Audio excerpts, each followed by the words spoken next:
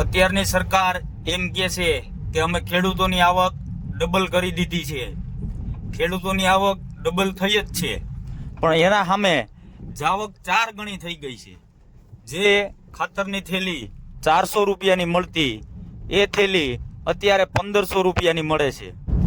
દવા અને બિયારણમાં જેમ મજા આવે એમ પ્રિન્ટ મારીને એવા ભાવ લઈ લઈએ છીએ. દવાની મોટી મોટી કંપનીઓ છે જે ડુપ્લિકેટ દવા બનાવે છે, એ દવાવાળા સરકારને થોડા પૈસા આપીને ખેડૂતને ગમે ત્યાંથી લૂંટવાનું કામ કરે છે. જે મજા આવે એ દવા, જે મજા આવે એ ભાવમાં આપે છે, તો પણ સરકાર કાંઈ બોલતી નથી. એને બધી જ ખબર છે કે આ ખોટું છે, પણ એને એના હિસ્સાના પૈસા મળી જાય એટલે કાંઈ બોલે નહીં. જે તમે ખેડૂતનો માલ તૈયાર થાય વેચવા જાઓ તો વેપારી એને મજા આવે એ ભાવે લે છે, તો પણ કોઈ એને કહેવાવાળું નથી. જે વસ્તુ તમે ખરીદી કરવા જાઓ એ વસ્તુ સામેવાળો ભાવ નક્કી કરે. ખાતરની થેલી લેવા જાઓ તો ખાતરવાળો નક્કી કરે, એ જ ભાવ ખેડૂતને દેવાનો. કોઈ ખેડૂત નક્કી કર્યું કે ભાઈ આ ખાતરની થેલીનો આ જ ભાવ રહે?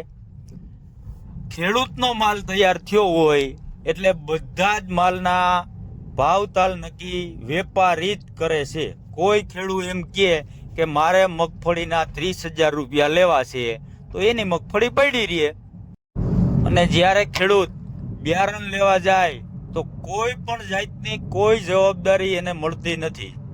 તમે કોઈ બિયારણની ખરીદી કરો તો એમાં કોઈ વેપારી એવું કહેતા નથી કે આ બિયારણ તમે લઈ જાઓ, જો બિયારણ નહીં ઉગે, ખરાબ નીકળશે તો હું તમને તમારું ઉત્પાદન થશે એટલા પૈસા આપીશ.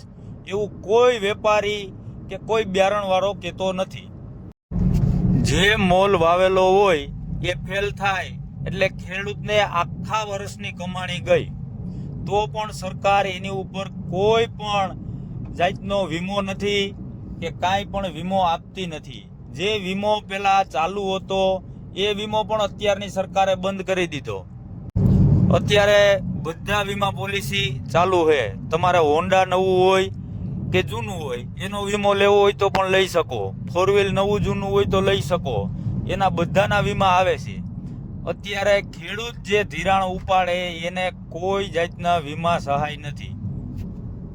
ખેડૂત લક્ષી કોઈ પણ તમે વાહન લ્યો તો સરકાર એનો જીએસટી એમાં લગાડી જ દે છે. એવું નથી કે ખેડૂતને વાહન લેવું હોય તો એનો જીએસટી નથી લેવામાં આવતો.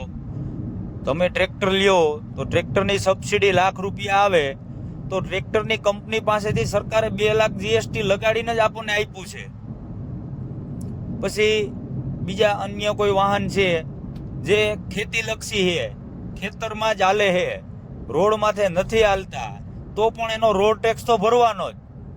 જેસીબી છે, હાર્વેસ્ટર છે, બીજા કોઈ વાહન છે, એ બધા ખેતીલક્ષી જ છે, ખેતરમાં જ હાંકવાના છે, તો રોડ ટેક્સ તો એનો ભરવાનો જ. રોડ ટેક્સ ભર્યા પછી પણ તમે હાઈવે ઉપર જાઓ, જ્યાં ટોલ નાકું આવે ત્યાં ટોલ પણ ભરવાનો જ.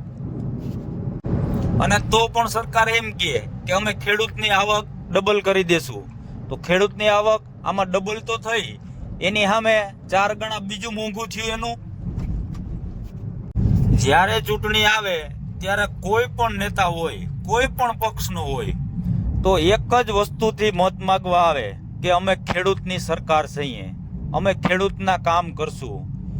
જ્યારે પણ મતદાન પૂરું થઈ જાય ને કોઈ પણ નેતા છૂટાઈ જાય પછી એના મોઢામાંથી કોઈ શબ્દ ખેડૂતલક્ષી નીકળતો જ નથી.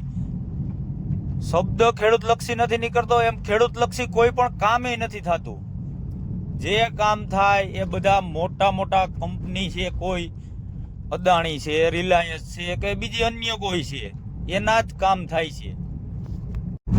જે સામાન્ય માણસ છે એને કોઈ પણ ખરાબાની જમીન બાજુમાં થોડી જાજી કોઈ પશુ બાંધવા માટે કે રાખેલી હોય તો એ ખાલી કરાવી દેવામાં આવે છે. એ જ જગ્યાએ મોટી મોટી કંપનીવાળા મોટા મોટા કારખાનાઓ, મોટી મોટી ફેક્ટરી બધું બનાવેલું હોય તો એનું કાંઈ પણ ખાલી થતું નથી. કે કોઈ સરકારી નેતા હોય કે કોઈ સરકારી અધિકારી હોય, એને કોઈને કાંઈ ખાલી થતું નથી. જે સામાન્ય ખેડૂત સામાન્ય માલધારી હોય એ થોડા જાજુ કોઈ પશુ બાંધવા માટે કે થોડી જાજી જગ્યા વારેલી હોય તો એની ખાલી કરવામાં આવે. આ બરાબર છે, સરકારી જમીન માથે દબાણ કરવું એ ગેરકાયદેસર છે, તો પણ એ બધા માટે હોવું જોઈએ ને. ખાલી ખેડૂત કે માલધારી દબાણ કરે તો એના માટે અલગ નિયમ, કોઈ મોટા મોટા કંપનીવાળા કે મોટી મોટી ફેક્ટરીવાળા દબાણ કરે તો એના માટે પણ અલગ નિયમ. આ સરકાર ખાલી વાતું જ કરે છે કે અમે આમ કરશું, અમે આમ કરશું. કોઈ પણ વસ્તુનું કાયદેસર સામાન્ય માણસનું કામ ક્યાંય થતું નથી.